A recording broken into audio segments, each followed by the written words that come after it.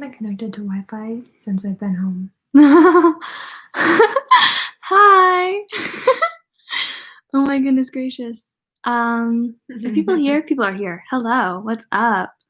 We're back again to read it. Yay! Yay, yay. I'm really preoccupied. I'm not in my house. This is my girlfriend's house. She's painting my nails while I'm doing this, so I need to finish filing my nails before we start. So what's going on today? Today we are finishing the third chapter, finally. It's Bill's chapter. Pretty boring. It's Bill's boring. But you know, we're going to get through it. And then we have Dairy, the first interlude, which is Mike's little journal entry, I think. He just talks about how life in Derry is all alone. So that's what we're reading tonight. And then when we're done with that, we will officially be done with part 1 of it. Thank goodness. Oh my gosh, I did that one very well. Okay, I'm almost done. You never start right on time anyway. I know. You always talk for a bit. Okay. Well, no, I'm just saying, you talk to the people watching. It's a good thing. Hey guys, what's up? How are we doing tonight?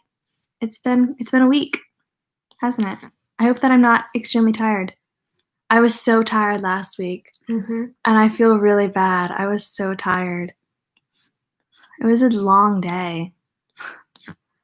But tonight, I won't be tired. I'll be energized. I'll be reading about Bill. So exciting. I like Bill. I don't have anything against Bill, but yeah. Do you want to lay down in the middle of the bed so I can move to your other side when I need to? Yeah, I can do that.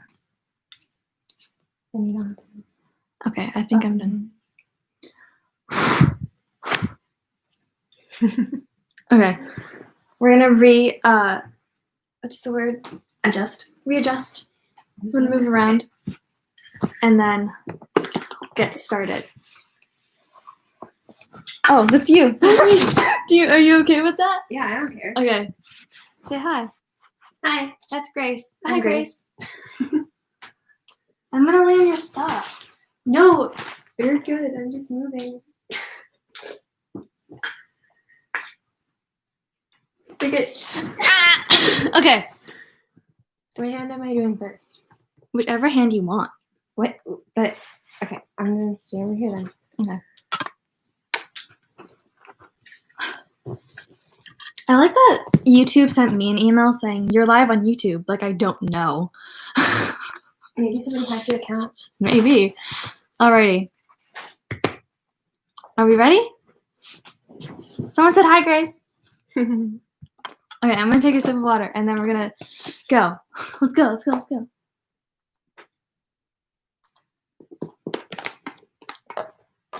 Alrighty.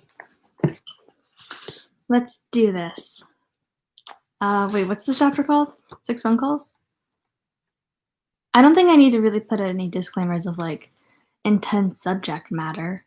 You know the book. No one dies here. So yeah, you know the book. Strong language, strong subject matter, intense subject matter. Yeah. You know what's up. Okay, this is chapter 3, part 3. Actually, no, wait. It's chapter 3, part 6 in the book. Okay. Bill Denbrough takes a timeout. Leave? Audra repeated. She looked at him, puzzled, a bit afraid, and then tucked her bare feet up and under her. The floor was cold. The whole cottage was cold, come to that. The south of England had been experiencing an exceptionally dank spring, and more than once on his regular morning and evening walks, Bill Denbrough had found himself thinking of Maine, thinking in a surprised, vague way of Derry. The cottage was supposed to have central heating. The ad had said so, and there certainly was a furnace down there in their tidy little basement, tucked away what had once been a coal bin. But he and Audra had discovered early on in the shoot that the British idea of central heating was not at all the same as the American one. It seemed the Brits believed you had central heating as long as you didn't have to piss away a scrim of ice in the toilet bowl when you got up in the morning. It was morning now, just 8:15. Bill had hung up the phone 5 minutes ago. Bill, you can't just leave. You know that. I have to, he said. There was a hutch on the far side of the room.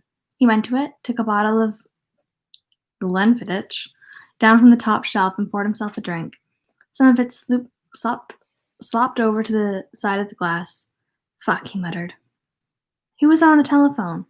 What are you scared of, Bill? I'm not scared. Oh, your hands always shake like that? You always have your first drink before breakfast? He came back to his chair, rope flapping around his ankles, and sat down. He tried to smile, but it was a poor effort, and he gave up. On the telly, the BBC announcer was wrapping up this morning's batch of bad news before going on to the last evening's football scores. When they had arrived in the small suburban town of Fleet a month before the shoot was scheduled to begin, they had both marveled over the technical quality of British television. On a good high-color set, it really did look as though you could climb right inside. More lines or something, Bill had said. I don't know what it is, but it's great, Roger had replied. That was before they discovered that much of the programming consisted of American shows such as Dallas and endless British sports events ranging from the arcane and boring, championing darts throwing in which all the participants looked like hyper-intensive sumo wrestlers, to the super boring. British football was bad, cricket was even worse. I'm thinking about home a lot lately, Bill said, and sipped his drink. Home? She said, and looked so honestly puzzled that he laughed. Oh, is she British? She's British. I should have a British accent for her. British accent? Home? I'll try. Poor Audra. Married almost 11 years to the guy, and you don't know doodly squat about him. What do you know about that? He laughed again and swallowed the rest of his drink. His laughter had a quality she cared for, as little as seeing him with a glass of scotch in his hand at this hour of the morning. The laugh sounded like something that really wanted to be a howl of pain. She wasn't British in the movies. Yeah, in the 1990 one she was British, but not in the 2019 one. She's not British. I'm not doing that today. Although they weren't in England during the movie. What a freaking matter. I wonder if any of the others have got husbands or wives who are just now finding out how little they know. I suppose they must. Billy, I know that I love you, she said. For 11 years, that's been enough. I know. He smiled at her. The smile was sweet, tired, and scared. Please tell me what this is about.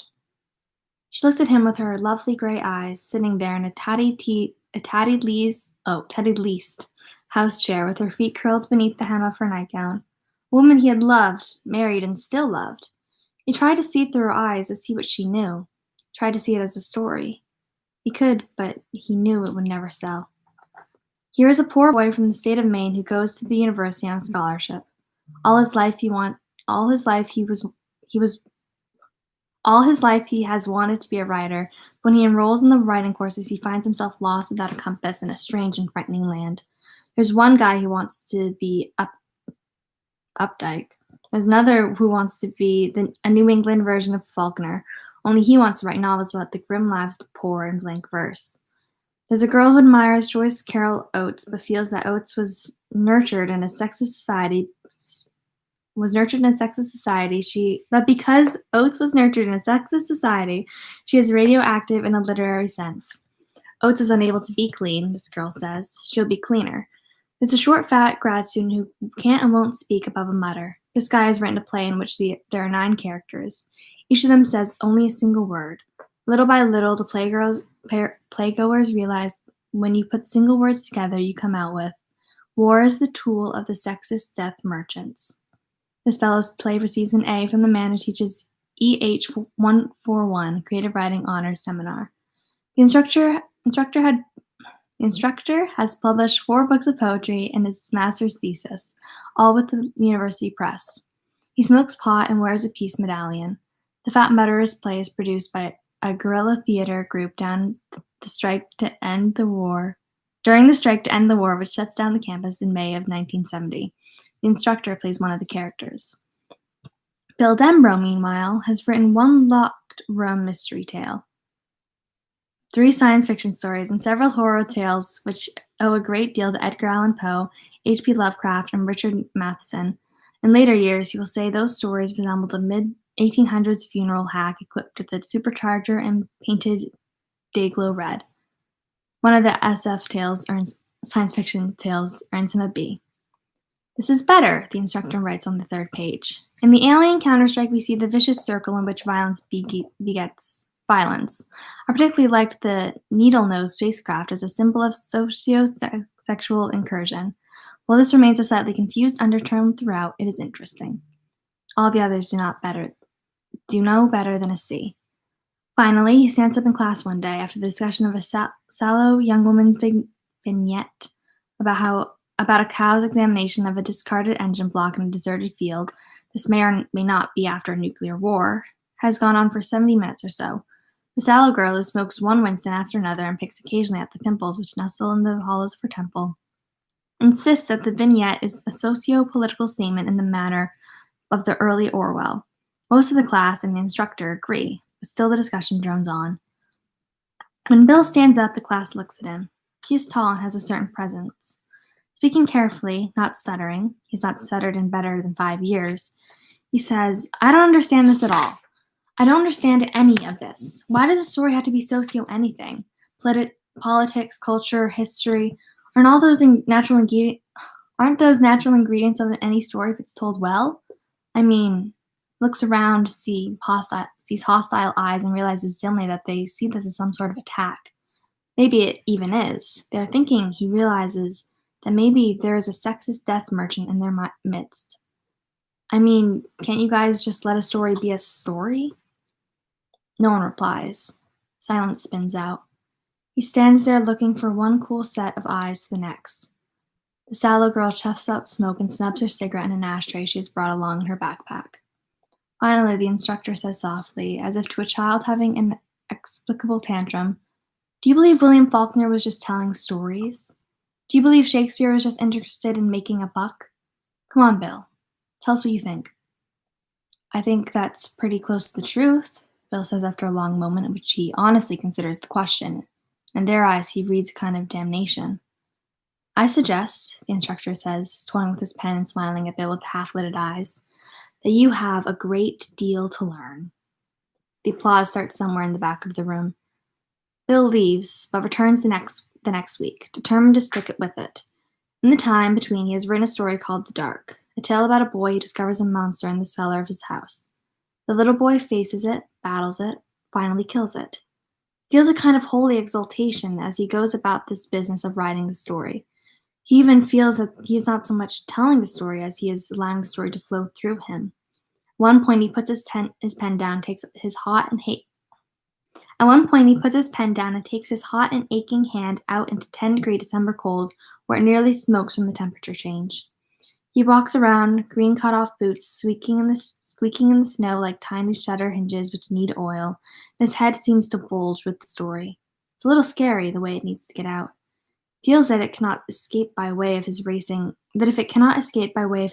hand, that it will pop out his eyes out in its urgency to escape and be concrete. Going to knock the shit out of it, he confides in the blowing winter dark and laughs a little, a shaky laugh. He's aware that he has finally discovered how to do just that. After 10 years, he has suddenly found the starter button to the vast, dead bulldozer taking up so much space inside his head. It has started up. It is revving. It is nothing pretty, this big machine. It was not made for pretty girls to prom. It was not made for taking pretty girls to prom. It is not a status symbol. It means business. It can knock things down. If he isn't careful, it will knock him down. He rushes inside and finishes the dark and white heat, writing until 4 o'clock in the morning and finally falling asleep over his ring binder. If someone had suggested to him that he was really writing about his brother George, he would have been surprised. He has not thought about George in years, or so he honestly believes. The story comes back from the instructor with an F slashed into the title page. 2 words are scrawled beneath in capital letters. Pulp screams one, crap screams the other. Bill takes the 15-page sheet of manuscript over to the wood stove and opens the door. He's within a bare inch of tossing it in when the absurdity of what he's doing strikes him. He sits down in his rocking chair, looks at a Grateful Dead poster, and starts to laugh. Pulp? Fine, let it be pulp. The woods are full of it. Let them fucking trees fall, Bill exclaims and laughs until tears spurt from his eyes and roll down his face. He retypes the title page, the one with the instructor's judgment on it, and sends it off to a men's magazine named White Tie, although from what Bill can see, it should really be entitled Naked Girls Who Look Like Drug Users. Yet his battered writer's market says they buy local horror stories. No, they buy horror stories, and the 2 issues he has brought down at the local mom-and-pop store have indeed contained 4 horror stories sandwiched between the naked girls and the ads for dirty movies and potency pills. One of them, by a man named Dennis Etchison, is actually quite good. He sends the dark off with no real hopes. He has submitted a good many stories to magazines before with nothing to show for it but rejection slips, and is flabbergasted and delighted when the fiction editor of White Tie buys it for $200, payment on publication. The assistant editor adds a short note which calls it the best damned horror story since Ray Bradbury's The Jar. He adds, too bad only about 70 people coast to coast will read it. But Bill does not care. $200. Goes to his advisor with a drop card for EH-141. His advisor initials it. Bill Denbrough staples the drop card to the assistant fiction editor's congratulatory note, tacks both to the bulletin board on the creative writing instructor's door. In the corner of the bulletin board, he sees an anti-war cartoon. And suddenly, as if moving off its own accord, his fingers pluck his pen from his breast pocket, and across the cartoon he writes, "If fiction and politics ever really do become interchangeable, I'm going to kill myself because I won't know what else to do." You see, politics always change. Stories never do. He pauses, and then, feeling a bit small but unable to help himself, he adds, "I suggest you have a lot to learn." His drop card comes back to him in the campus mail 3 days later. The instructor has initialed it. On the space marked grade at time of drop, the instructor has not given him an incomplete or a low C, to which his run of grades at the time would have entitled him. Instead, another F is slashed angrily across the grade line. Below, the instructor has written, "Do you think money proves anything about anything, Denbrough?" "Well, actually, yes," Bill Denbrough says to his empty apartment, and once more begins to laugh crazily. In his senior year of college, he dares to write a novel because he has no idea what he's getting into. He escapes the experience scratched and frightened, but alive, and with a manuscript nearly 500 pages long. He sends it out to the Viking press, knowing that this will be the first of many stops with his book, which is about ghosts. But he likes Viking's ship logo and makes it as good a place to start as any. As it turns out, the first stop is also the last stop. Viking purchases the book, and for Bill Denbrough, the fairy tale begins. The man who was once known as Stuttering Bill has become a success at the age of 23. 3 years later, and 3,000 miles from northern New England, he attains a queer kind of celebrity by marrying a woman who is a movie star and 5 years his senior at Hollywood's Church in the Pines. The gossip columnists give it 7 months. The gossip columnists give it 7 months. The only bet, they say, is whether the end will come in a divorce or an annulment. Friends and enemies on both sides of the match feel about the same. The age difference apart, the disparities are startling. He is tall, already balding. He's already balding, but in the miniseries, it's a ponytail. Anyways. He is tall, already balding, already inclining a bit toward fat.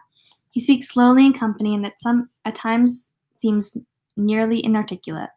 Audra, on the other hand, is auburn-haired, statuesque, and gorgeous. She is less like an earthly woman than a creature from some semi-divine super race.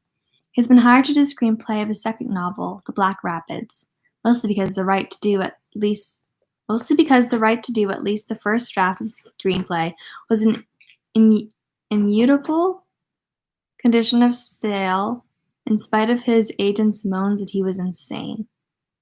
And his draft has actually turned out pretty well. He has been invited out to Universal City for further rewrites and production meetings. His agent is a small woman named Susan Brown. I fell asleep. Got it. She's exactly 5 feet tall. She's violently energetic and even more violently empathetic.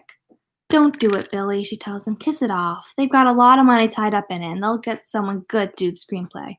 Maybe even Goldman." "Who?" "William Goldman." The only good writer who ever went out there and did both. What are you talking about, Suze? He stayed there and he stayed good, she said. The odds on both are like the odds on beating lung cancer. It can be done, but who wants to try? You'll burn out on sex and booze. Some of the nifty new drugs. Susan's crazily fascinating brown eyes sparkle vehemently up at him. If it turns out to be some meatball who gets the assignment instead of someone like Goldman, so what? Books on the shelf there, they can't change a word. Susan, listen to me, Billy. Take the money and run. You're young and strong. That's what they like. Go out there and they will first separate you from your self-respect and then from your ability to write a straight line from point A to point B. Last but not least, they will take your testes. You write like a grown-up, but you're just a kid with a very high forehead. I have to go. Did someone just fart in here? She returns. Must have, because something sure stinks. But I have to. Jesus. I have to get away from New England. He's afraid to say what comes next. It's like mouthing a curse, but he owes it to her. I have to get away from Maine. Why, for God's sake? I don't know. I just do. Are you telling me something real, Billy, or just talking like a writer? It's real. They are in bed together during this conversation.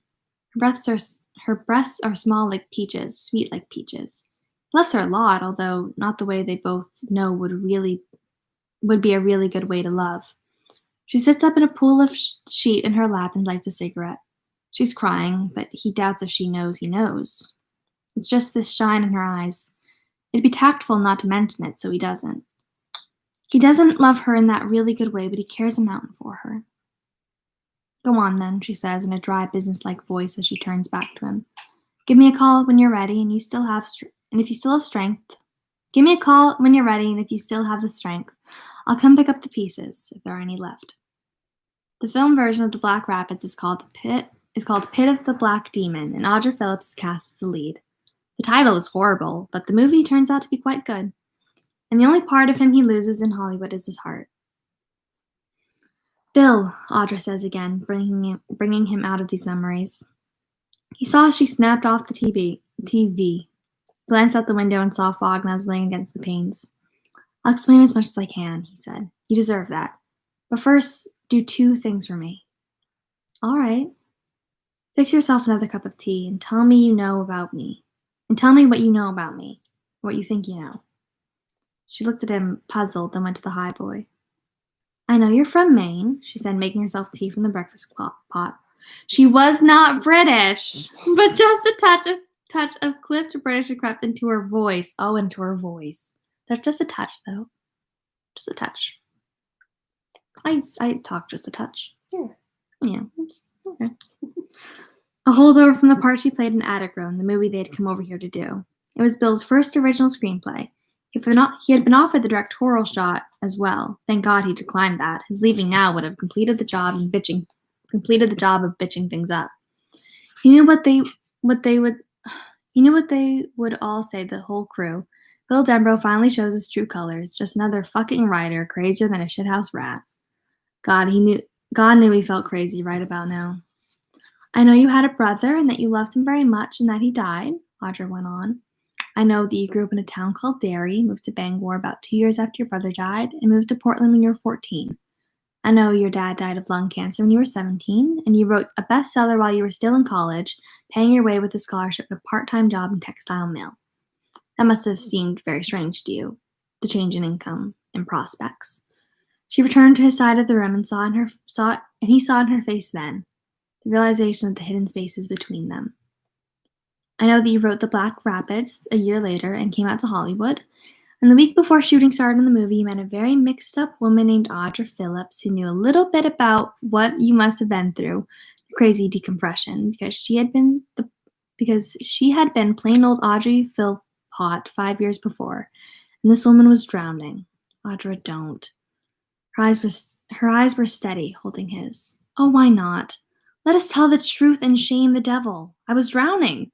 I discovered poppers 2 years before I met you, and then a year later I discovered Coke, and that was even better. Popper in the morning, Coke in the afternoon, wine at night, a Valium at bedtime. Audra's vitamins. Too many important interviews, too many good parts. I was so much like a character in a Jacqueline Susan novel. It was hilarious. Do you know how I think about that time now? Bill? Wait, yeah. Do you know how I think about that time now, Bill? No. She sipped her tea, her eyes never leaving his, and grinned. It was like running on the walkway at LA International. You get it? Not exactly, no.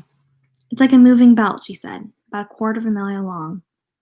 I know the walkway, he said, but I don't see what you can't just stand there and you can't just stand there and it carries you all the way to the baggage claim area. But if you want, you don't have to just stand. Wait, what? You just stand there and it carries you all the way to the baggage claim area. But if you want, you don't have to just stand there. You can walk on it or run. It seems like you're just doing your normal walk or your normal jog or your normal run or your normal all-out sprint or whatever, because your body forgets what you're really doing is topping the speed the walkway's already making. That's why they have those signs that say, slow down, moving rampway near the end. When I first met you, I felt as if I'd run right off the end of that thing onto the floor, and that didn't move, onto the floor that didn't move anymore. There I was, my body 9 miles ahead of my feet. You can't keep your balance. Sooner or later you fall right on your head, except I didn't, because you caught me. She put her tea aside and lit her cigarette, her eyes never leaving him.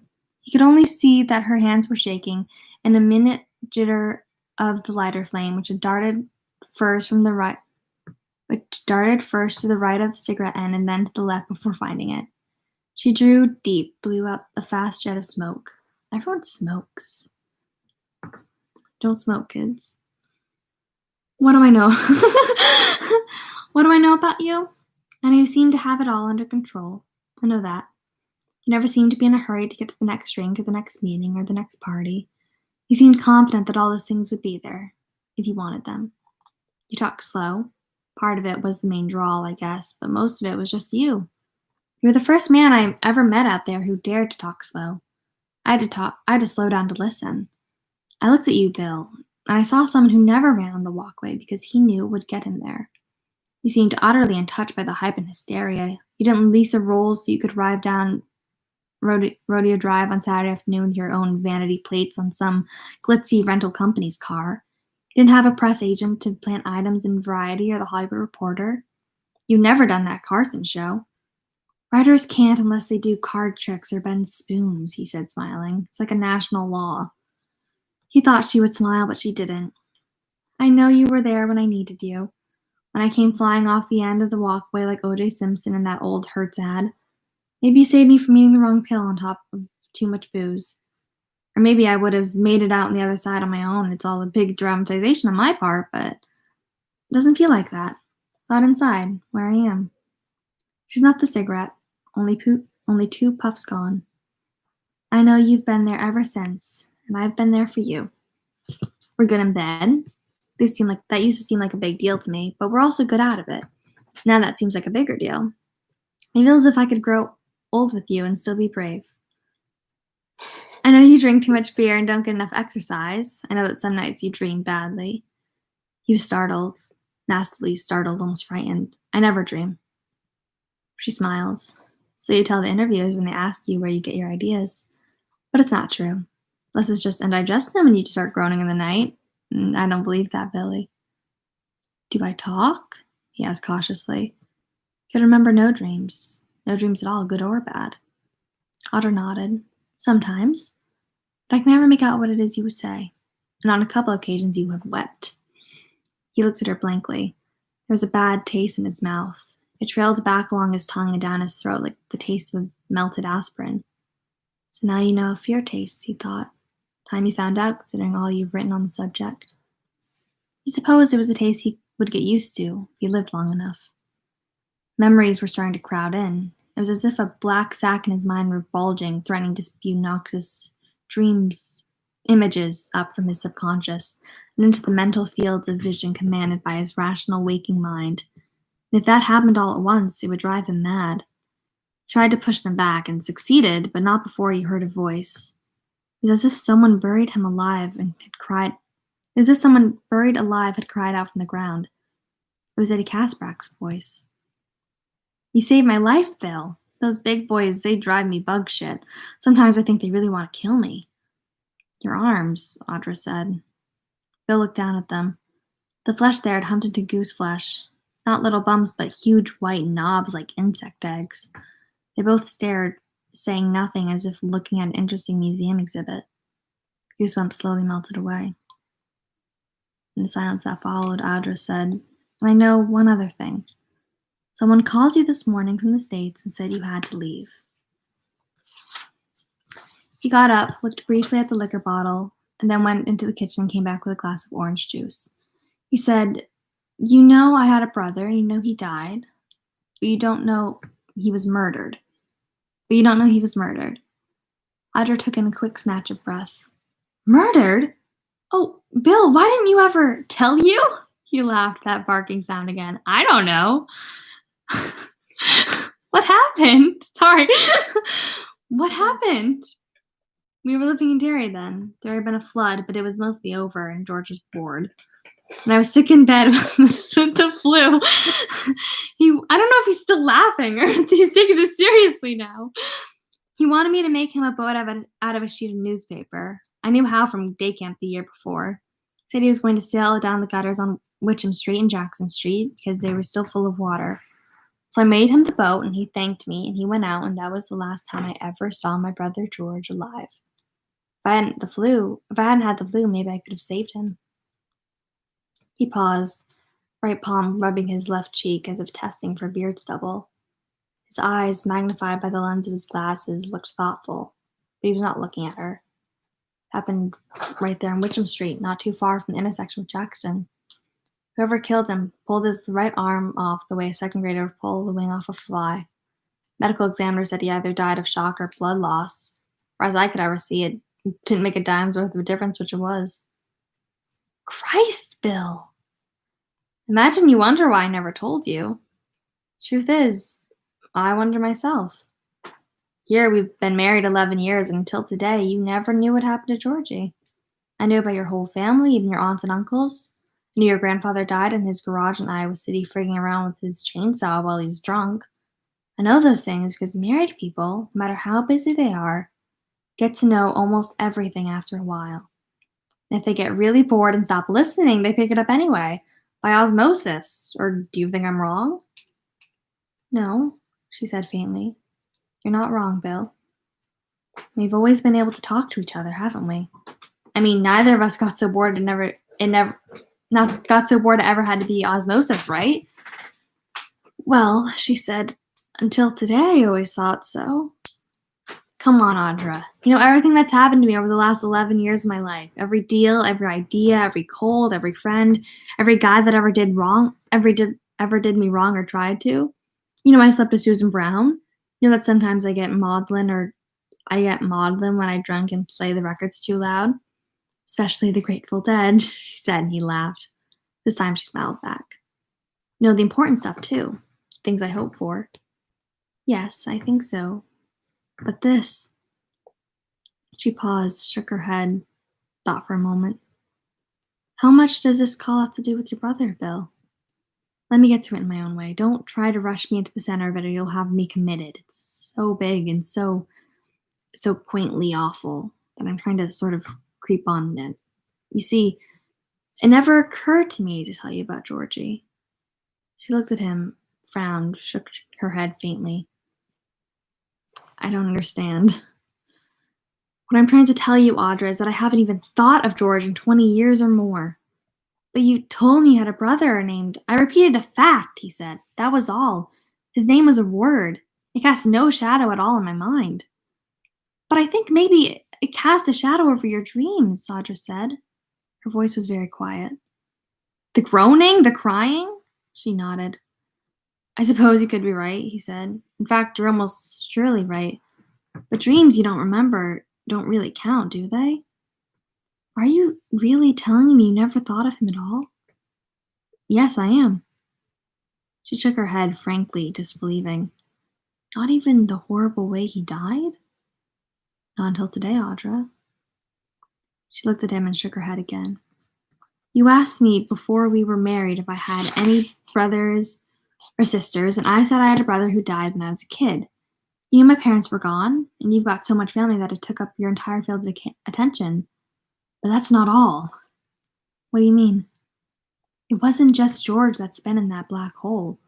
I haven't thought of Derry itself in 20 years.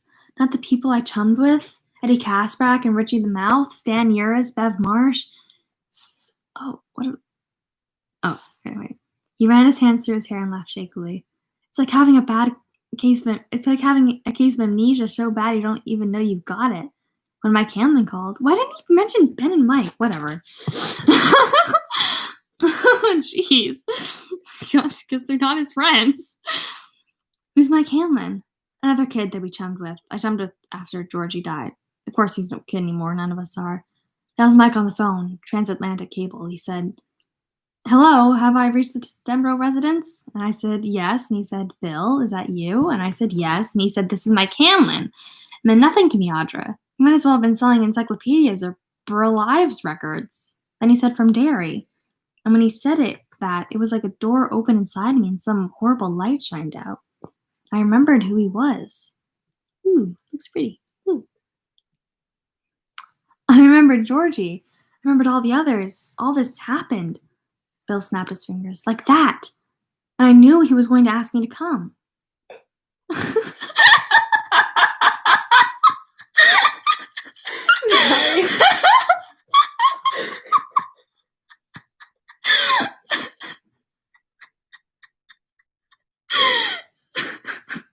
Yeah.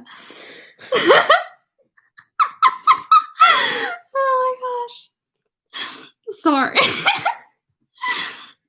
Come back to Derry. Yeah, he said. Took his glasses off. Rubbed his eyes, looked at her. Never in her life had she seen a man who looked so frightened. Back to Derry. Because we promised, he said, and we did.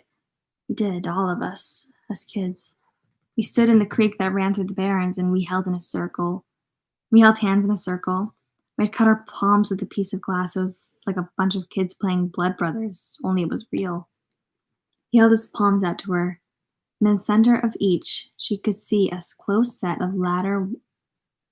What? Oh. She could see a close set ladder of white lines that could have been scar tissue.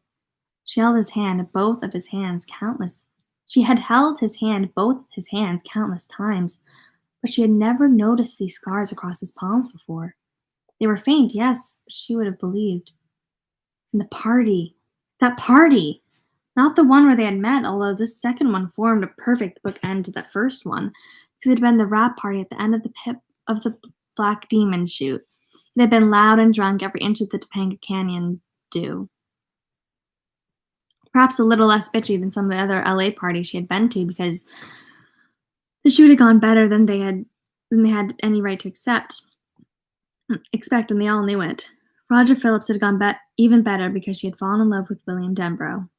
What was the name of this self-proclaimed palmist? She couldn't remember now, only that she had been one of the makeup man's... What am I saying? What was the name of the self-proclaimed palmist? She couldn't remember now, only that she had been one of the makeup man's 2 assistants. She remembered a girl whipping off her blouse at some point of the party, revealing a very filmy bra beneath, and tying it over her head like a gypsy scarf.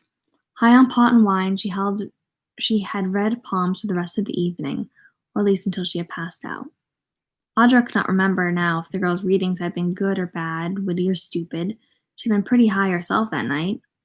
What she did remember was that at one point the girl had grabbed Bill's palm and her own, had declared them perfectly matched. They were life twins, she said. She could remember watching, more than a little jealous, as the girl traced the lines on his palm with her exquisitely lacquered fingernail. How stupid that was in the weird LA film subculture where men patted women's fannies and as routinely as New York men pecked their cheeks. There had been something intimate and lingering about that tracery. There had been no little white scars on Bill's palms then.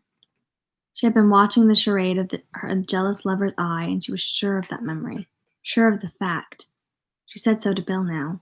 He nodded. You're right. They weren't there then. And although I can't absolutely swear to it, I don't think they were there last night, down at the Plow and Barrow. Ralph and I were hand wrestling and beers again. I think I would have noticed. He grinned at her. The grin was dry, humorless, and scared. I think they came back when Mike Hanlon called. That's what I think. Bill, that is impossible. But she reached for her cigarette.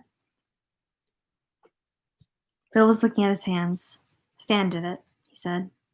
Cut our palms the silver of a Coke bottle. I can remember it so clearly now.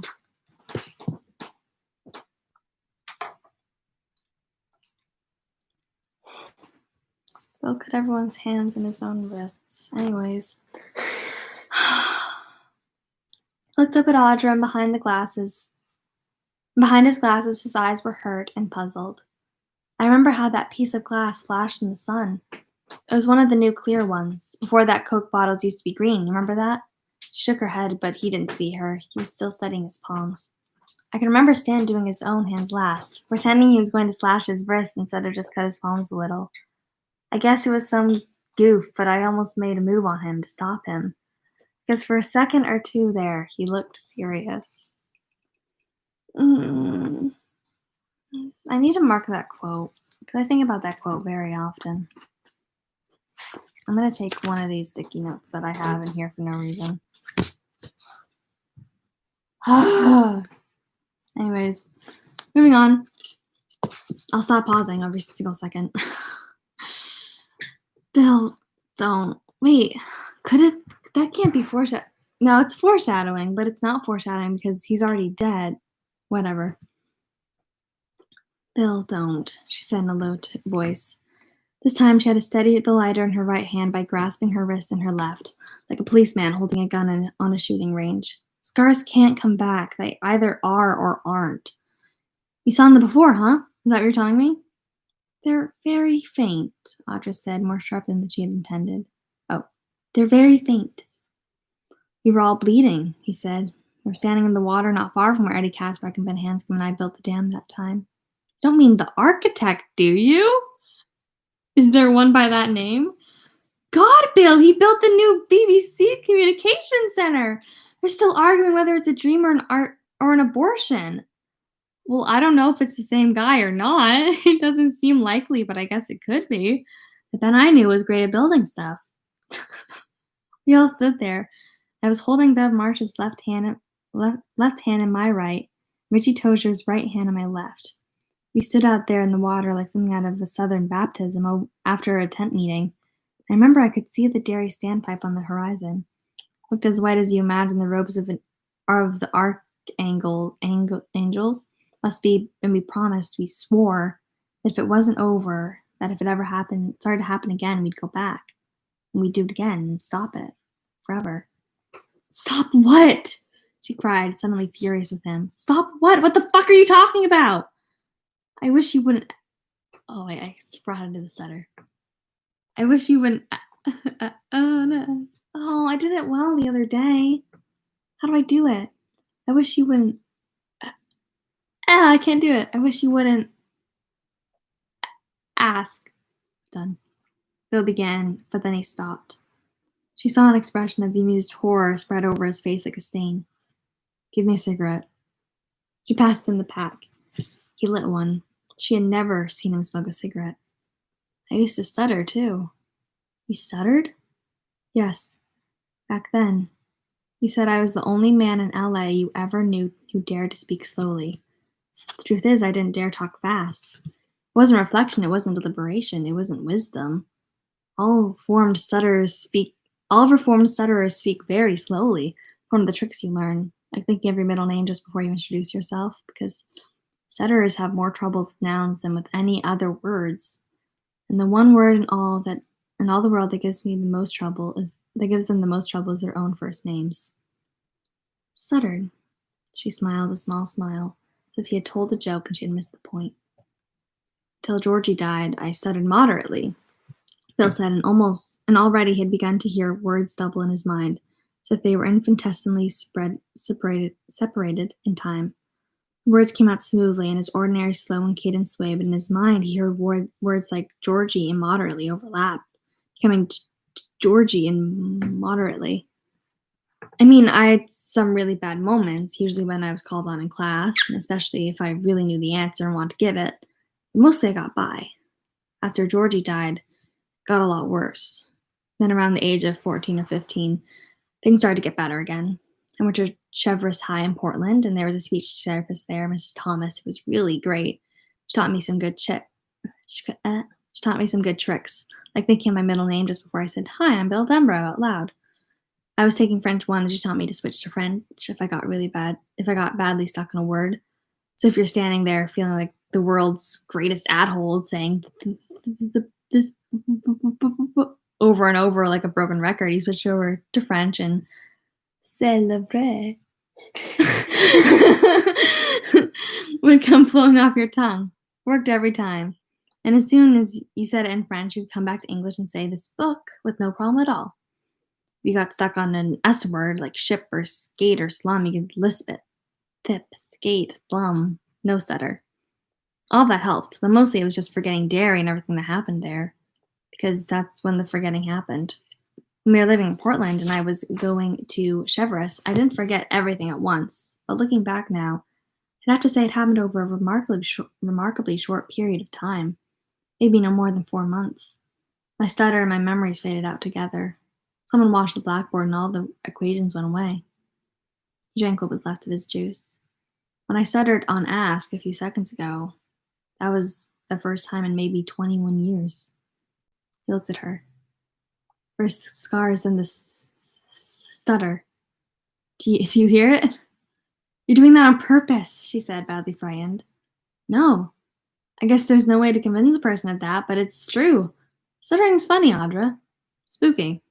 On one level, you're not even aware it's happening, but also I just stutter, like, just talking, so now it just sounds like he's stuttering, but he's not. It's just me. Anyways, but it's also something you can hear in your own mind. It's like part of your head is working on instant ahead of the rest. Or one of those reverb systems kids used to put in their jalopies back in the 50s, when the sound in the rear speaker would come just a split second after the first sound in the front speaker. He got up and walked restlessly around the room. He looked tired, and she thought with some unease how hard he had worked over the last 13 years or so, as if it might be possible to justify the moderateness of his talent by working furiously, almost nonstop. She found herself having a very uneasy thought and tried to push it away, but it wouldn't go. Suppose Bill's call had really been from Ralph Foster, inviting him down to the plow barrow for an hour of arm wrestling or backgammon. Is that how you pronounce it? Backgammon. Or maybe from Freddie Firestone, the producer of Attic Room, or on some problem or other. Perhaps even a wrong ring, as the vetty British doctor's wife down the plane puts it. What did such thoughts lead to? Why, to the idea that all this Derry Mike Hanlon business was nothing but a hallucination brought on by the incipient nervous breakdown. With the scars, Audra, how do you explain the scars? He's right. They weren't there, and now they are. That's the truth, and you know it. Tell me the rest, she said. Who killed your brother George? What did you and these other children do? What did you promise? He went to her, knelt before her like an old-fashioned suitor to propose marriage, took her hands. I think I could tell you, he said softly. I think that if I really wanted to, I could. Most of it I don't remember even now, but once I start talking, it would come. I can sense those memories waiting to be born. They're like clouds filled with rain, only this rain would be very dirty. The plants that grew after a rain like that would be monsters. Maybe I can face that with the others. Do they know? Mike said he called them all. Says they'll all come, except maybe not Stan. Stan sounded strange. It all sounds strange to me. You're frightening me very badly, Bill. I'm sorry, he said, and kissed her. It was like getting a kiss from an utter stranger. She found herself hating this man, Mike Hanlon. I thought I ought to explain as much as I could. I thought that would be better than just creeping off into the night. I suppose some of them may do just that. But I have to go. And I think Stan will be there no matter how strange he sounded. Maybe that's just because I can't imagine not going myself. Because of your brother? Bill shook his head slowly. I could tell you that, but it would be a lie. I loved him. I know how strange it must sound after telling you I hadn't thought of him in 20 years or so, but I loved the hell out of that kid. Smiled a little. He's a spasmoid, but I loved him, you know? Audra, who had a younger sister, nodded. I know. But it isn't George, I can't explain what it is. He looked out the window at the morning fog. I feel like a bird must feel when fall comes and it knows. Somehow it just knows it has to fly home. It's instinct, babe. And I guess I believe instinct's the iron skeleton under all our ideas of free will. Unless you're willing to take the pipe or eat the gun or take a long walk off a short dock. Can't say no to some things.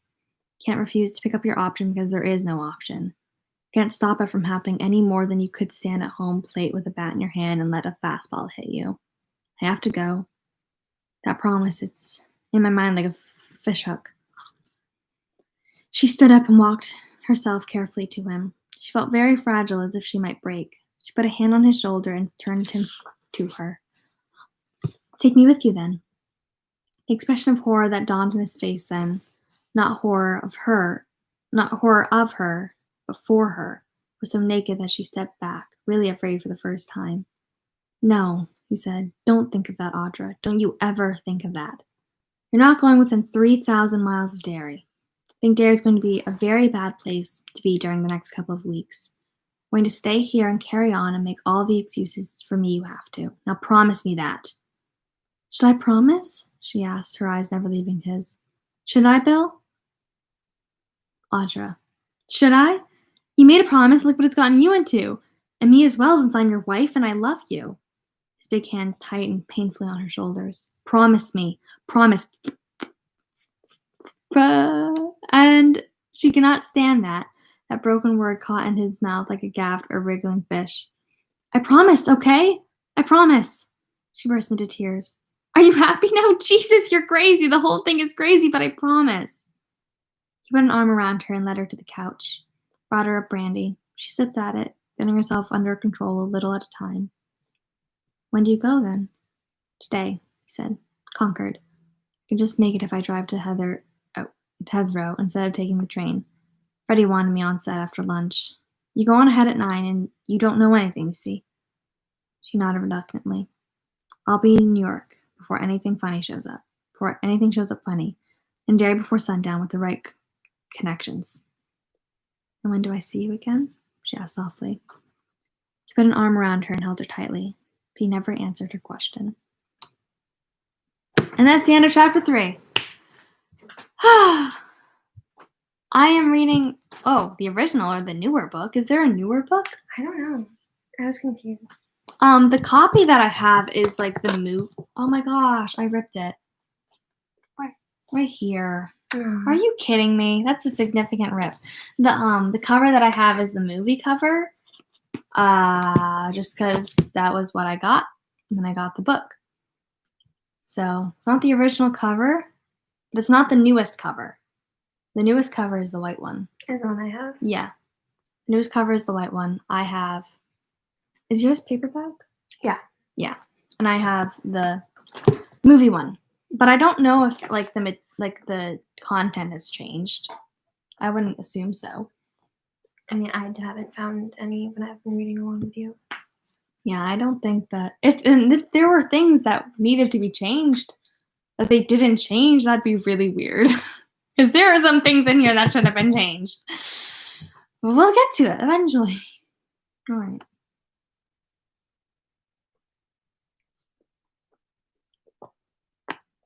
I got water on my book.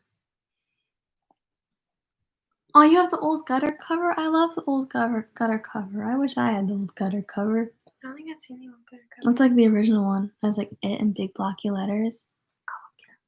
Oh, it's so cool. I love that one. With the sewer. Oh, that one? It's so much cooler. I love it. Oh my goodness.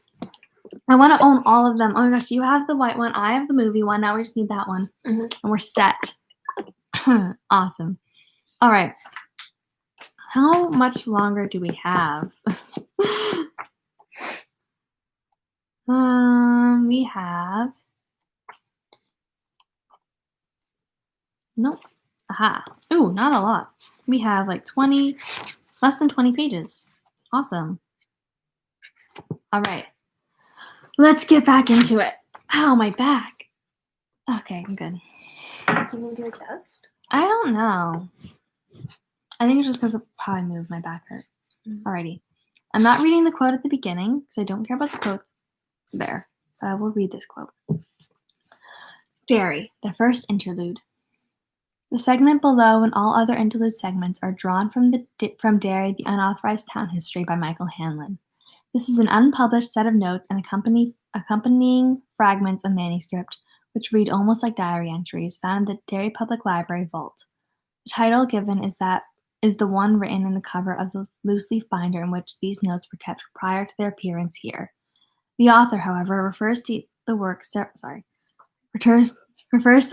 times in his own notes as Dairy, A Look Through Hell's Back Door.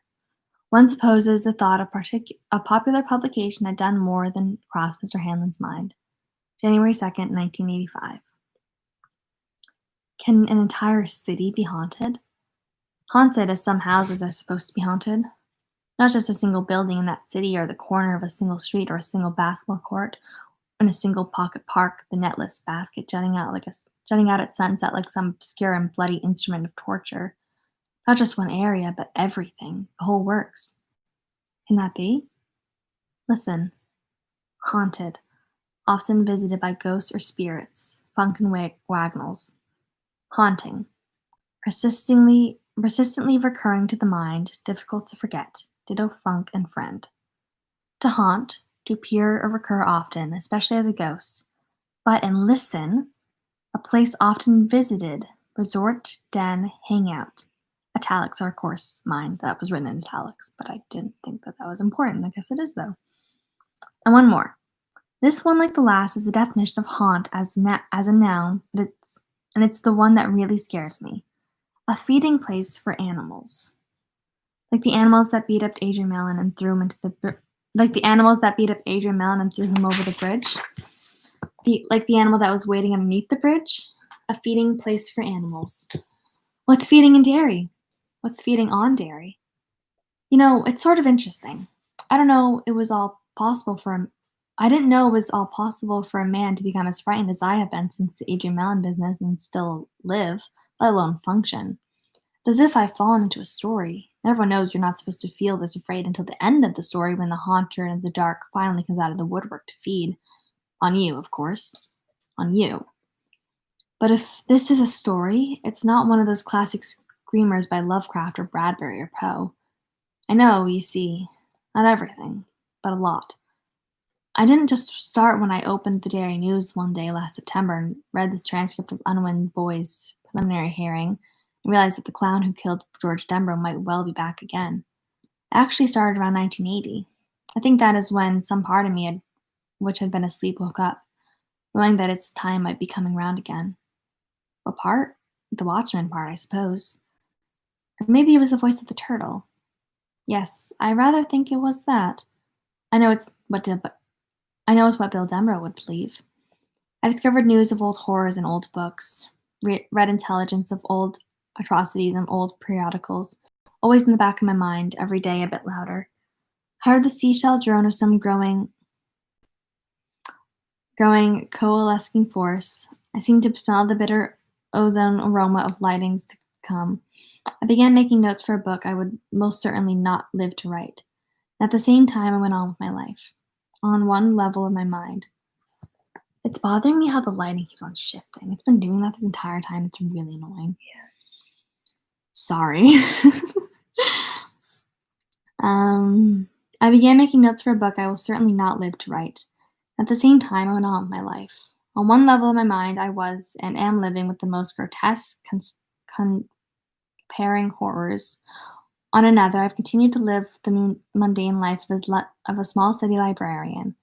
I shelve books, I make up library cards for new patrons, I run off the microfilm readers, careless user sometimes, leave on. I joke with Carol Danner about how much I would like to go to bed with her. She jokes about how much she'd like to go to bed with me. Both of us know that she's really joking and I'm really not. Just as both of us know that she won't stay in a little place like Derry for long, I will be here until I die. Tapping torn pages of Business Week, sitting down at monthly acquisition meetings with my pipe in one hand, a stack of library journals in the other. Walking in the middle of the night with my fists jammed against my mouth to keep in the screams. The The Gothic conventions are all wrong. My hair has not turned white. I do not sleepwalk. I have not begun to make cryptic comments or to carry a planchette around in my coat pocket. I think I laugh a little more, that's all. And sometimes I must seem a little shrill and strange because sometimes people look at me oddly when I laugh. Part of me, the part Bill would call the voice of the turtle, says I should call them all tonight. But am I even now completely sure? Do I want to be completely sure? No, of course not. But God, what happened to Adrian Mellon is so much like what happened to Stuttering Bill's brother George in the fall of 1957. If it has started again, I will call them. I'll have to. But not yet. It's too early anyway. Last time it began slowly and it didn't get really going until the summer of 1958. So I wait and fill up the waiting with words in this notebook and long moments of looking into the mirror to see the stranger the boy became. The boy's face was bookish and timid. The man's face is the face of a bank teller in the Western movie. A fellow who never has any lines, the one who just gets up to put his hands up or looks scared when the robbers come in. If the script calls for anyone to get shot by the bad guys, he's the one. Same old Mike. A little starry in the eyes, maybe, and a little punchy from broken sleep, but not so as you notice without a good close look, like kissing distance close. I haven't been that close to anyone in a very long time. If you took a casual glance at me, you might think, he's been reading too many books. But that's all. I doubt you'd guess how hard a man with a mild bank teller's face is now struggling just to hold on to his own mind. If I have to make those calls, I may kill some of them. Oh, yeah, I will kill some of them. There's one of the things I've had to face in long nights when sleep won't come. Nights when I'd lay there in bed wearing my conservative blue pajamas, my spectacles neatly folded up and lying on the night table next to the glass of water I always put there in case I wake up thirsty in the night. I lie there in the dark and take small sips of the water, and I wonder how much or how little they remember. I'm somehow convinced that they don't remember any of it, because they don't need to remember. I'm the only one that hears the voice of the turtle, the only one who remembers, because I'm the only one who stayed here in Derry. And because they're scattered to the four winds, they have no way of knowing the identical patterns their lives have taken. To bring them back, to show them that pattern, yes, it might kill some of them. It might kill all of them. But I'm going to do it anyways. So I go over and over it and over it in my mind. I go over them, trying to recreate them as they were and as they might be now, trying to decide which of them is the most vulnerable. Richie Trashmouth Tozier, I think sometimes. He was the one Chris, Huggins, and Bowers seemed to catch up with the most often, in spite of the fact Ben was so fat. Bowers was the one Richie was the most scared of, the one we were all the most scared of, but the others used to really put the fear of God into him too. If I call him out there in California, would he see it as some horrible return of the big bullies, 2 from the grave and 1 from the madhouse in Juniper Hill where he raves to this day? Sometimes I think Eddie was the weakest. Eddie with his domineering tank of a mother and his terrible case of asthma. Beverly? She always tried to talk so tough, but she was as scared as the rest of us. Stuttering Bill faced with a whore that won't go away when he puts a cover on his typewriter. Stan Uris? All he has to say about Stan. Stan Uris? Yeah. There's a guillotine blade hanging over their lives, razor sharp. But the more I think about it, the more I think they don't know that blade is there. I'm the one with my hand on the lever. I can pull it just by opening my telephone book and calling them, one after the other. Maybe I won't have to do it. I hold on to the waning hope that I've mistaken the rabbity cries of my own timid mind for the deeper, truer voice of the turtle. After all, what do I have? Mellon in July, a child found dead on Neibolt Street last October, another in Memorial Park in early December, just before the first snowfall. Maybe it was a tramp, as the papers say, or crazy who's since left Derry or killed himself out of remorse or self-disgust, as some of the books say the real Jack the Ripper may have done. Maybe. But the Albrecht girl was found directly across the street from the damned old house on Neibolt Street, and she was killed on the same day as George Denbrough was 27 years before. And then the Johnson boy found a Memorial Park with one of his legs missing below the knee. Memorial Park is, of course, the home of the Dairy Standpipe, and the boy was found almost at its foot. The Standpipe was within a shout of the Barrens. The Standpipe is also where Stan Uris saw those boys, those dead boys. Still, it could all be nothing but smoke and mirages. Mirages. Could be. Or coincidence. Or perhaps something between the two. A kind of malefic echo. Could that be? I sensed that it could be. Here in Derry, anything could be. I think what was here before is still here. The thing that was here in 1957 and 1958. The thing that was here in 1929 and in 1930, when the Black Spot was burned down by the main Legion of White Decency. The thing that was here in 1904, 1905, and early 1906, at least until the Kitchener Ironworks exploded. The thing that was here in 1876 and 1877. The thing that has shown up every 27 years or so. Sometimes it comes a little sooner, sometimes a little later, but it always comes. As one goes back, the wrong notes are harder and harder to find because the records grow poorer and the mouth holes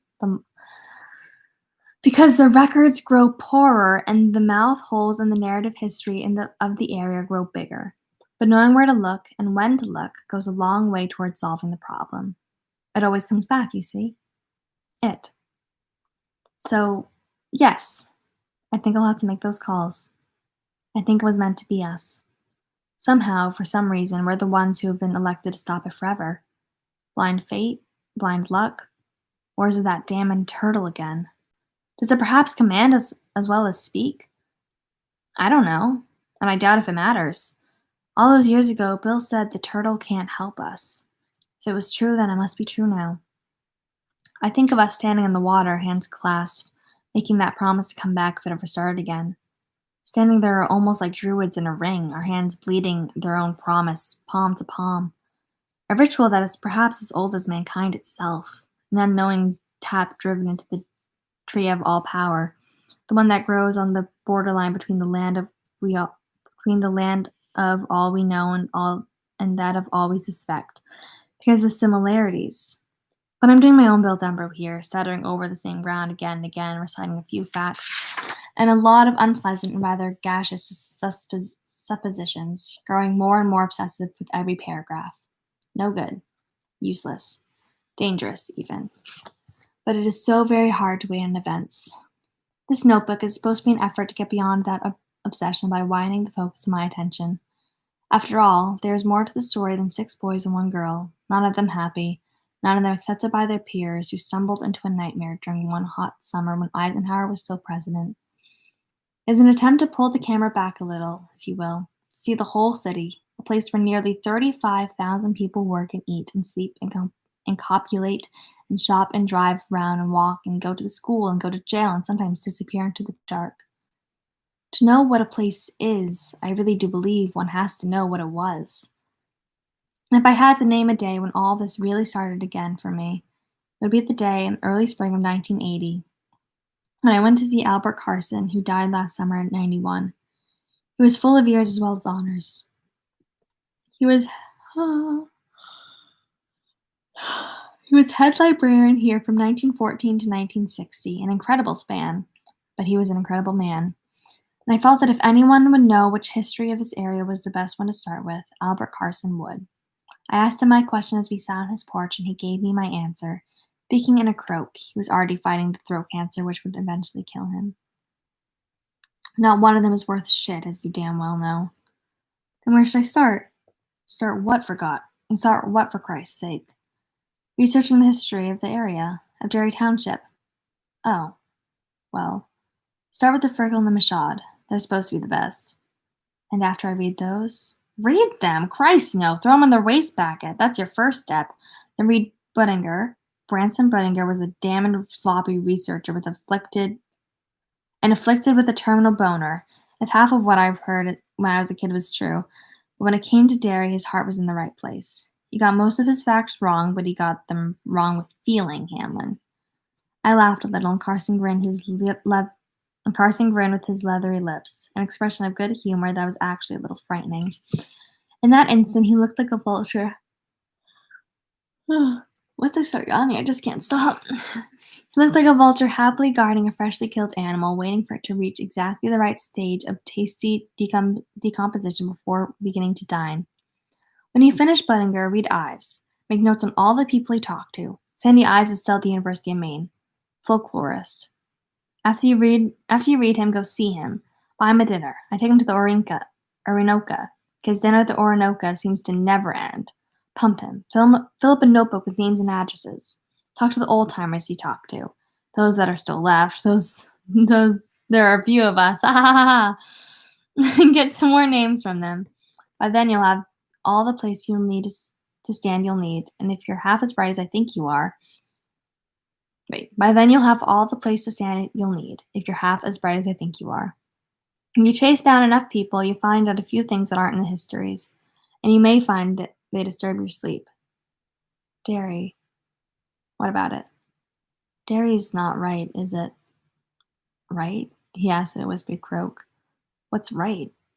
What does that word mean? Is right pretty pictures of Kandusky at sunset? Kodachrome by so-and-so, f-stop such and such? If so, then Derry is right, because there are pretty pictures of it by the score.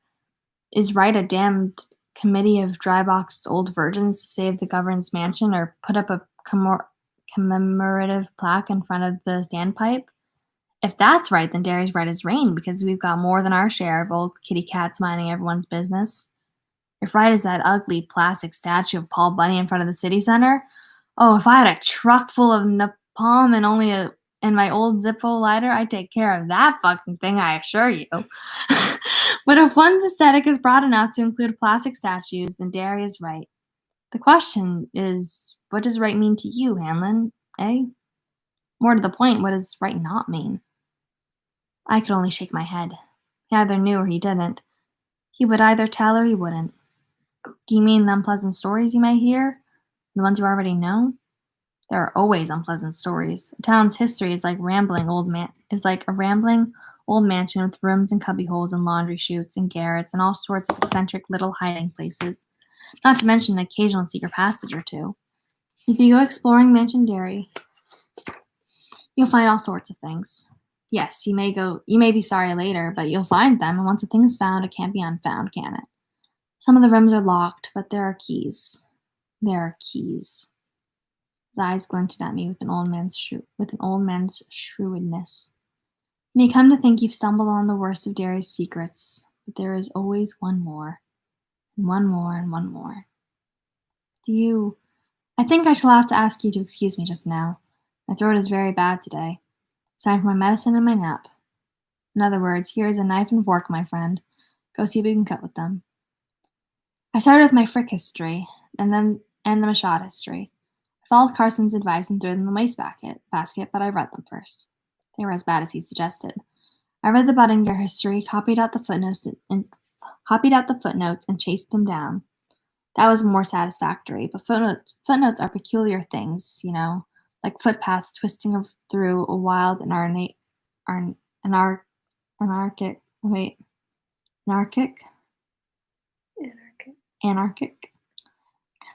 country. They split, then they split again. At any point, you may take a wrong turn, which leads you to either a bramble-choked dead end, or into swampy quick mud. If you find a footnote, a library science professor once told a class in which I was a part, step on its head and kill it before it can breed. They do breed. Sometimes the breeding is a good thing, but I think that more often it is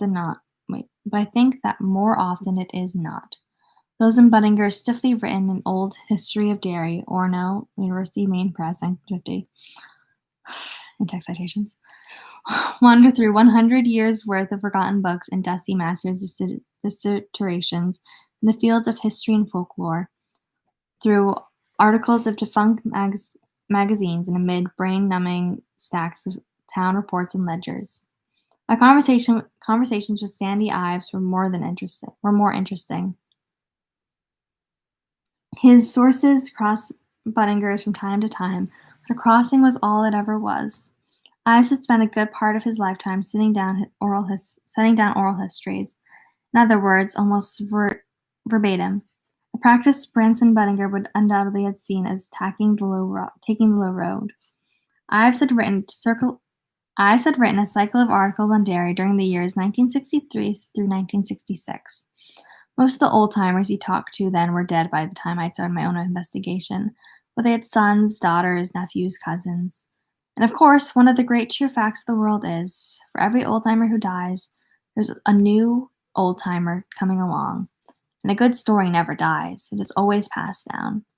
I sat on a lot of porches and back stoops, drank a lot of tea, Black Label beer, homemade root beer, tap water, spring water. I did a lot of listening, and the wheels of my tape player turned. Both Bettinger and I agreed completely on one point. The original party of white settlers numbered about 300. They were English. They had a charter and were formally known as the Dairy Company. The land granted them covered what is today Derry, most of Newport, and little slices of surrounding towns. And in the year 1741, everyone in Derry Township just disappeared. 1741. Okay.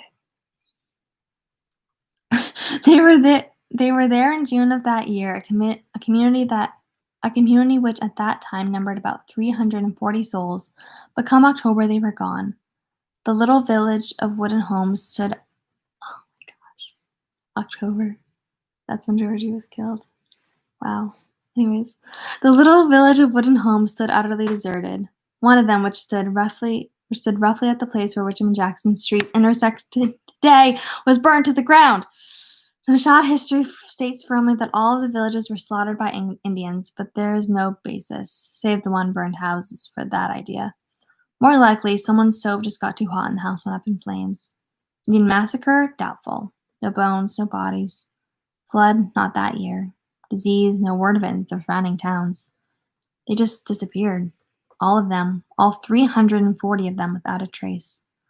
So as far as I know, the only case remotely like it in the American history is the disappearance of the colonists in Roanoke Island, Virginia. Every school child in the country knows about that one, but who knows about the dairy disappearance? Not even the people who live here, apparently. I quizzed several junior high students who were taking the required Maine history course, and none of them knew about it. Then I checked the text, Maine then and now. There are better than 40 index entries for dairy, most of them concerning the boom years in the lumber industry. Nothing about the disappearance of the original colonists, and yet that, what shall I call it, that quiet fits the pattern too. There's video. Okay. Sorry, I read ahead. There is a kind of certain of quiet which cloaks much of what has happened here, and yet people do talk. I guess nothing can stop people from talking. You have to listen hard, and that is a rare skill. I flatter myself that I've developed it over the last 4 years. If I haven't, then my aptitude for the job must be poor indeed, because I've had enough practice. An old man told me about how his wife had heard voices speaking to her from the drain of the kitchen sink in the weeks before her daughter died. That was in the early winter of 1957 through 1958. The girl he spoke of was one of the early victims in the murder spree which began with George Jembro and did not end until the following summer. Whole slew of voices, all of them blabbing together, he told me. He owned a Gulf station in Kansas Street and talked between slow, limping trips out to the pumps, where he filled gas tanks, checked oil levels, and wiped windshields. Said she spoke back once, even though she was scared. Like she was scared? Yeah. Because Stephen King also writes in the way of like how people talk. Like he writes in accents and stuff. Okay. So she spoke back once, even though she was scared. Sound like... Yeah. Okay. Leaned right over the drain, she did, and hollered down it. Who the hell are you? She calls. What's your name? All these voices answered back, she says. Grunts and babbles and howls and yips, screams and laughing. Don't you know? And she said they were saying what the possessed man said to Jesus. Our name is Legion, they said. She wouldn't go near this thing for 2 years. For them 2 years, I'd spend 12 hours a day down here busting my hump, and then have to go home and wash all the damn dishes.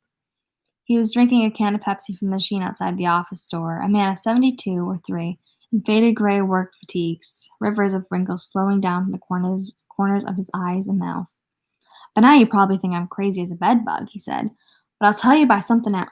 But I'll tell you something else. If you'll turn off that if you turn off your whirligig there." I turned off my tape recorder and smiled at him. "Considering some of the things I've heard over the last couple of years, you'd have to go a fair distance to convince me you're crazy," I said. He smiled back, but there was no humor in it. I was doing the dishes one night, same as usual. This was in the fall of '58, after things had settled down again.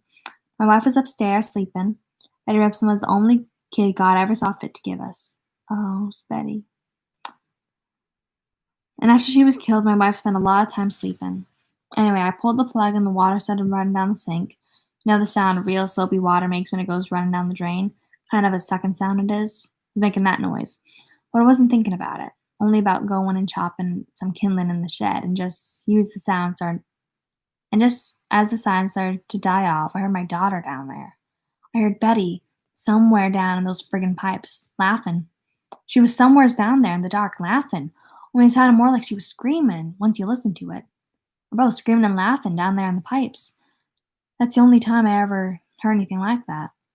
Maybe I just imagined it, but I don't think so. He looked at me and I looked at him.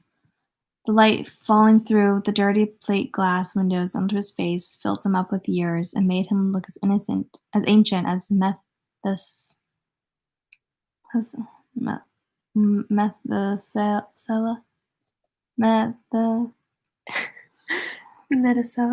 Methuselah? Okay. He looked ancient, okay? Remember how cold I felt at that moment. How cold.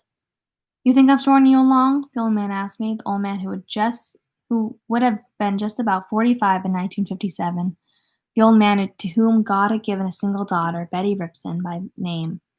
Betty had been found on Outer Jackson Street just after Christmas of that year, frozen, her remains ripped wide open. "No," I said, "I don't think you're just storing me along, Mr. Ripson.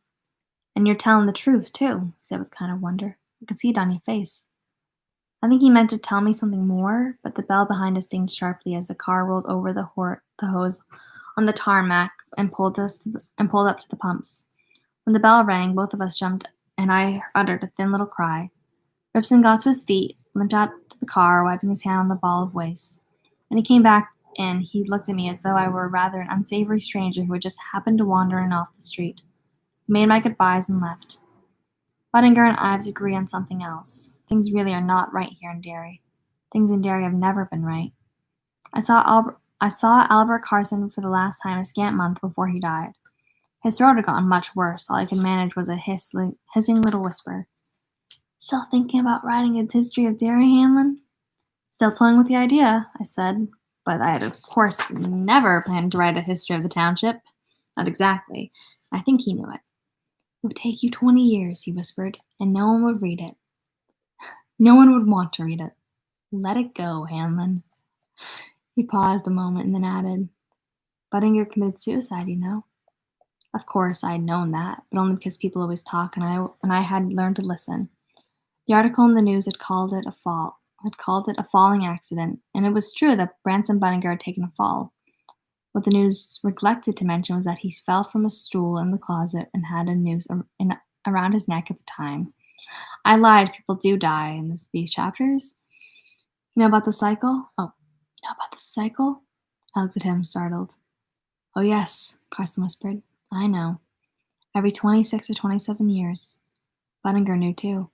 A lot of the old-timers do, although that is one thing they won't talk about, even if you load them up with booze. Let it go, Hanlon." He reached out with one bird-claw hand, closed it around my wrist, and I could feel the hot cancer that was loose and raving through his body, eating anything and everything left that was still good to eat. Not that there could have been much by that time. Albert Carson's cupboards were almost bare. "Michael, this is nothing you want to mess into. There are things here in Derry that bite. Let it go. Let it go." "I can't." "Then beware," he said. Suddenly, the huge and frightened eyes of a child were looking out of this dying old man's face. "Beware." Derry. My hometown. named after the country of the same name in Ireland. Derry. I was born here. In Derry Home Hospital, attended Derry Elementary School, went to junior high at 9th Street Middle School, to high school at Derry High. I went to the University of Maine, and in Derry, but it's just down the road, the old-timer said. And I came right back here. I'm sorry. To the Derry Public Library. I'm a small-town man living a small-town life among millions.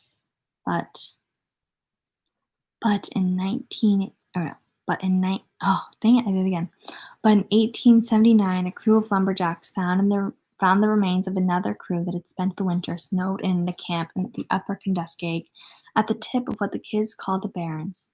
There were 9 of them in all, not all 9 hacked to pieces, heads rolled, not to mention arms, a foot or two, and a man's penis that had been nailed to the wall of the cabin. But in 1851, John Markson killed his entire family with poison, and then, sitting in the middle of the circle he had made with their corpses, he gobbled an entire white nightshade mushroom. His death agonies must have been intense. The town constable who found him wrote in his report that at first he believed the corpse was grinning at him. He wrote of Markson's awful white smile. The white smile was an entire mouthful of killer mushroom. Markson had gone on eating even as the cramps and excruciating muscle spasms must have been raking his entire body. But on Easter Sunday, 1906, the owners of the Kitchener Iron Works, which stood where the brand spanking new Derry Mall now stands, held an Easter egg hunt for all the good children of Derry. The hunt took place in the huge ironworks building. Dangerous areas were closed off, and employees volunteered their time to stand guard and make sure no adventurous boy or girl decided to duck under the barriers and explore. 500 chocolate Easter eggs wrapped in gay ribbons were hidden about the rest of the works. According to Buttinger, there were at least one child present for each of those eggs. They ran giggling and whooping and yelling through the Sunday silent ironworks, finding the eggs under the giant tripper vats, inside the desk drawers of the foremen, bounced between the great rusty teeth of the gear wheels, inside the molds of the 3rd floor. In old photographs, these molds looked like cupcake tins from some giant's kitchen. 3 generations of Kitcheners were there to watch the gay riot and to award prizes at the end of the hunt, which was to come at 4 o'clock, whether all the eggs had been found or not. The end actually came 45 minutes earlier at 3:15. That was when the ironworks exploded. 72 people were pulled dead from the wreckage before the sun went down. The final toll was 102. 88 of the dead were children. On the following Wednesday, while the city still lay in stunned silence, contemplation of the tragedy, a woman found the head of a 9-year-old Robert Duhay caught in the limbs of her backyard apple tree. There was chocolate in the Duhay lad's teeth and blood in his hair. He was the last of the known dead. 8 children and 1 adult were never accounted for. It was the worst tragedy in Derry's history, even worse than the fire at the Black Spot in 1930, and it was never explained. All 4 of the ironworks' boilers were shut down. Not just banked. Shut down. But the murder rate in Derry is 6 times higher than the murder rate of any other town of comparable size in New England. I found my tentative conclusion in this matter so difficult to believe that I turned my figures over to one of the high school hackers, who spends what time he doesn't spend in front of his Commodore here in the library. He went several steps further, scratch a hacker, find an overachiever, by adding another dozen small cities to what he called the stat pool, and presenting me with a computer-generated bar graph where Derry sits out like a sore thumb. People must have wicked short tempers here, Mr. Hanlon, was his only comment. I didn't reply. If I had, I might have told him that something in Derry has a wicked short temper anyway. Here in Derry, children disappear unexplained and unfound at the rate of 40 to 60 a year. Most are teenagers. They are assumed to be runaways. It's okay. Don't touch it. I accidentally touched it. It was an accident. It's okay. I can fix it. They're assumed to be runaways. I suppose some of them are. During what Albert Carson would undoubtedly have called the time of the cycle, the rate of the disappearance shoots nearly out of sight. In the year 1930, for instance, the year the Black Spot burned, there were more than 170 child disappearances in Derry. And you must remember that these are only the disappearances which were reported to the police and thus documented. Nothing surprising about it, the current chief of police told me when I told him. The current chief of police told me when I showed him the statistic. It was the depression. Most of them probably got tired of eating potato soup or going flat hungry at home and went off riding the roads to look for something better. During 1958, 127 children ranging in age from 3 to 19 were reported missing in Derry. Was there a depression in 1958? I asked Chief Radmacher. No, he said, but people move around a lot, Hamlin. Kids in particular get itchy feet, have a fight with the folks about coming in late after a date, and boom, they're gone. I showed Chief Radmacher the picture of Chad Lowe, which had appeared in the Derry News in April 1958. Think this one ran away after a fight with his folks after coming in late, Chad Radmacher? Chief Radmacher? He was 3.5 when he dropped out of sight. Radmacher fixed me with a sour glance and told me it sure had been nice talking with me, but if there was nothing else, he was busy. I left. Haunted, haunting, haunt. Often visited by ghosts or spirits, as in the pipes under the sink, to appear and reoccur often, as every 25, 26, or 27 years. A feeding place for animals, as in the case of George Denbrough, Adrian Mellon, Betty Ripson, the Albrecht girl, and the Johnson boy. A feeding place for animals. Yes, that's the one that haunts me. If anything else happens, anything at all, I'll make the calls. I'll have to. In the meantime, I have my suppositions, my broken rest and my memories, my damned memories. Oh, and one other thing. I have this notebook, don't I? The wall I rail to. And here I sit, my hands shaking so badly I can hardly write at all. I can hardly write in it. Here I sit in the deserted library after closing, listening to faint sounds in the dark stacks, watching the shadows thrown by the dim yellow globes to make sure they don't move, don't change. Here I sit next to the telephone. I put my free hand on it, slide it down, touch the holes in the dial that could put me in touch with all of them, my old pals. We went deep together. We went into the black together. Would we come out of the black we went in a second time? I don't think so. Please, God, I don't have to call them. Please, God. And that's the end of part 1. Great. We did it. We did it. That's the first 164 pages, 61 pages. Still didn't really make a big dent in the book. But that's a significant amount of pages for the first month, because that was our last reading of September. And I'm pretty sure schedule's going to stay the same in October, except maybe not on October 10th. We might be skipping a week, October 10th. But I will keep you posted on my TikTok. And if you're not following my TikTok, you should be. I don't know how you found me if you aren't following my TikTok. It's quietly.screaming if you're not following it. So give me a follow, please, and thank you. Anyways, oh my gosh, the peanuts. Anyways, so we will be back next Saturday, October 3rd. Next Saturday, October 3rd at 10 p.m. to start in on Part 2, June of 1958, with Chapter 4, Ben Hanscom Takes a Fall. I hope you all have a lovely night and a lovely week, and you don't get killed by a clown, because that would suck. All right. Thanks for hanging out with me. Bye.